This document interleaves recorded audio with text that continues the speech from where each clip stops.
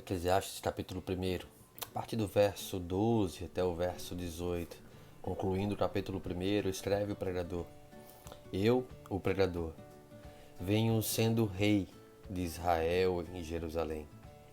Apliquei o coração a esquadrinhar e informar-me com sabedoria de tudo quanto sucede debaixo do céu. Este enfadonho trabalho impôs Deus aos filhos dos homens para nele os afligir. Atentei para todas as obras que se fazem debaixo do sol, e eis que tudo era vaidade e correr atrás do vento. Aquilo que é torto não se pode endireitar, e o que falta não se pode calcular. Disse comigo: Eis que me engrandeci e sobrepujei em sabedoria a todos os que antes de mim existiram em Jerusalém. Com efeito, o meu coração tem tido larga experiência da sabedoria e do conhecimento. Apliquei o coração a conhecer a sabedoria e a saber o que é loucura e o que é estultícia, e vim a saber que também isso é correr atrás do vento. Porque na muita sabedoria há muito enfado, e quem aumenta a ciência aumenta a tristeza. É curioso que aqui o pregador se apresenta, aquele que está trazendo essa mensagem, ele se apresenta como alguém que vem sendo ou tem sido rei em Israel. Ele não diz eu sou o rei, mas talvez reconhecendo a transitoriedade, a efemeridade das coisas, da honra e do status. Ele vai dizer eu tenho sido. Como quem diz, posso vir a não ser, e logo não serei mais, mas tenho sido rei sobre Israel. Se dos versos 4 até o verso 11, Salomão havia falado sobre as coisas em geral, sendo elas vaidade, tudo em geral sendo vaidade. A partir do verso 12, ele começa a expor da sua experiência pessoal e as conclusões que ele tira de sua experiência pessoal, aqui então tratando primeiramente sobre o conhecimento, sobre a sabedoria. Salomão ele aplicou o coração a esquadrinhar, a informar-se com sabedoria. Ele vai usar uma expressão novamente aqui debaixo do sol, referindo-se a tudo que acontece neste mundo, nesta vida. Uma vez que nós formos então libertados da expectativa de felicidade ou satisfação em qualquer coisa nesta vida, qualquer coisa debaixo do sol, talvez nós despertaremos então para a verdadeira felicidade que está nas coisas eternas, nas bênçãos eternas de Deus. Nosso coração muitas vezes é inclinado a se apegar às coisas dessa terra, às coisas que acontecem debaixo do sol, como sendo elas a grande expectativa da nossa felicidade, e não a nossa real condição de uma vez tendo sido separados por Deus, para sermos sua igreja, para sermos seu povo, vivermos a ardente expectativa da sua glória, quando Cristo então voltar e nos confirmar como igreja gloriosa. As mais variadas formas de conhecimento, a filosofia, a matemática, as artes, o comércio, a política, as relações pessoais, a história, tudo isso está dentro de um pacote de transitoriedade, tudo isso está dentro de uma caixa passageira que logo mais não será. Por isso ele vai tratar essas coisas como vaidade, como breve, como transitório, porque elas não podem mudar, elas não são suficientes para transformar a natureza do homem. Por mais que o homem tenha conhecimento, e mesmo conhecimento sobre Deus, um conhecimento sobre Deus não pode mudar o seu coração se Deus não realizar a obra. Se Deus não se fizer conhecido e revelado ao seu coração. Salomão observa as obras da providência de Deus, as coisas que Deus faz na natureza e como os eventos acontecem, tornam a acontecer. E ele também observa aquilo que é feito pela prudência do homem, pela consciência do homem, pelo saber do homem. E ele decide que não somente uma coisa, quanto também a outra. Tudo isso é transitório, tudo isso é vaidade.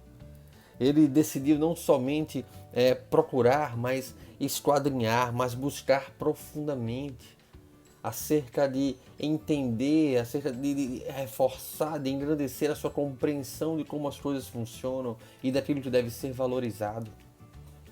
Eu não sei se você já fez a experiência de pensar sobre a sua vida e sobre as coisas que você deveria então valorizar e as coisas que não. Salomão empreendeu isso. Ele buscou saber sobre as coisas, ele buscou saber sobre a vida, ele buscou saber sobre aquilo que verdadeiramente importa. Não vou dizer aqui que Salomão condena a aprendizagem, ele não condena a sabedoria.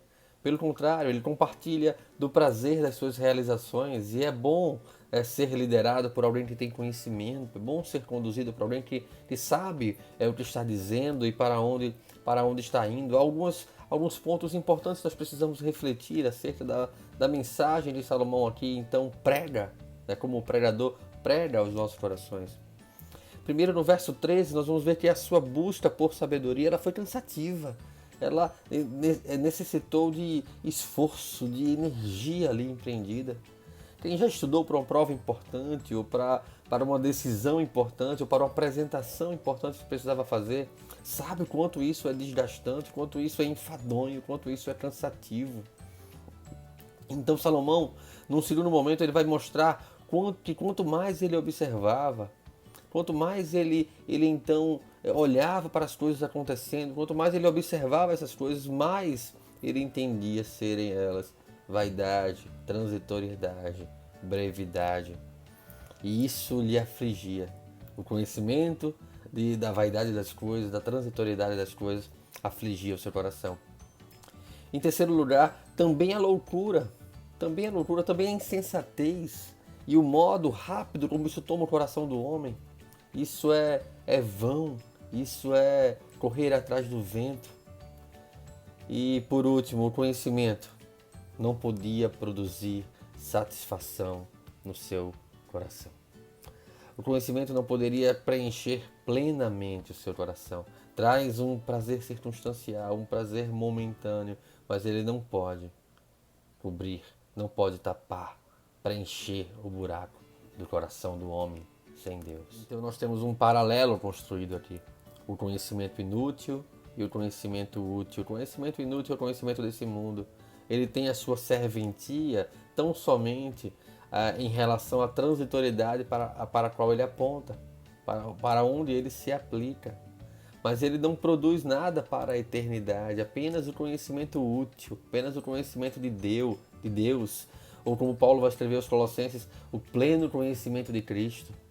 Pode trazer de fato a verdadeira alegria e satisfação, porque apontam para as coisas eternas e espirituais que não estão debaixo do sol, mas estão sobre o sol, estão além do sol. Matthew Henry, comentando esse texto, ele vai dizer que nem toda a filosofia e a política do mundo serão capazes de restaurar a natureza corrupta do homem de volta à sua retidão primitiva. Nós encontramos sua insuficiência tanto nos outros quanto em nós mesmos.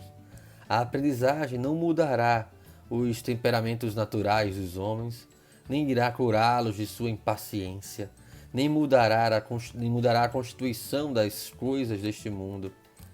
É um vale de lágrimas, e assim será quando tudo tiver acabado. E então nós aprendemos que aquele que aumenta, que cresce na sabedoria divina, no pleno conhecimento de Cristo, a respeito das coisas valiosas, dos tesouros revelados por Deus na sua palavra. Aquele que cresce nesta sabedoria útil, neste conhecimento útil e alimenta o seu coração do prazer, da satisfação em Deus, do contentamento em Deus, esse irá desfrutar da alegria eterna. É essa alegria que eu desejo para a minha vida, para a minha família, para a igreja, para cada um daqueles que o Senhor separou do império das trevas e transportou para o reino do Filho do seu amor e irá confirmar naquele dia. Que o Senhor possa aplicar essa sabedoria aos nossos corações, de contarmos os nossos dias de maneira sábia, de maneira redimida, de maneira que nós possamos refletir aquilo para o qual nós fomos chamados. Deus tenha misericórdia de nós.